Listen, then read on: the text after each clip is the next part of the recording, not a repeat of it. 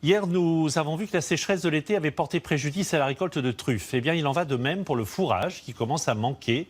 Certains éleveurs ne peuvent compter que sur la solidarité qui d'ailleurs s'organise. À Chaudzègue et Marcenat, dans le Cantal, Guillaume Frixon et Julien Vellet.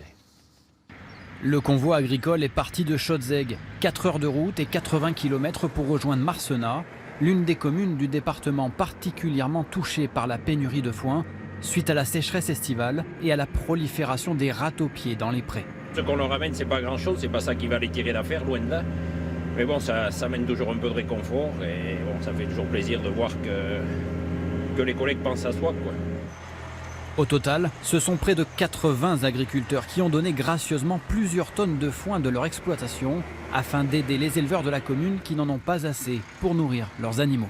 Et il faut environ 13 à 14 kilos de foin par jour, par animal, par vache. Donc effectivement, lorsqu'il y a un manque de fourrage, c'est un problème énorme et qui touche financièrement de manière très dure les exploitants.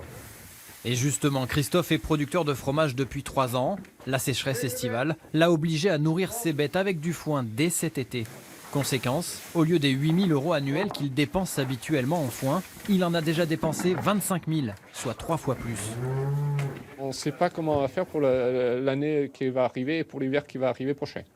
On aura les granges vides, on ne pourra pas les remplir et il faudra acheter le fourrage et encore à quel prix?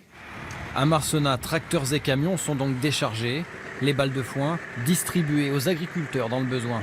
Et en attendant que les pouvoirs publics et les collectivités prennent des mesures concrètes d'urgence, cette opération de solidarité agricole devrait se poursuivre au moins jusqu'au début du mois de janvier. Noël représente évidemment un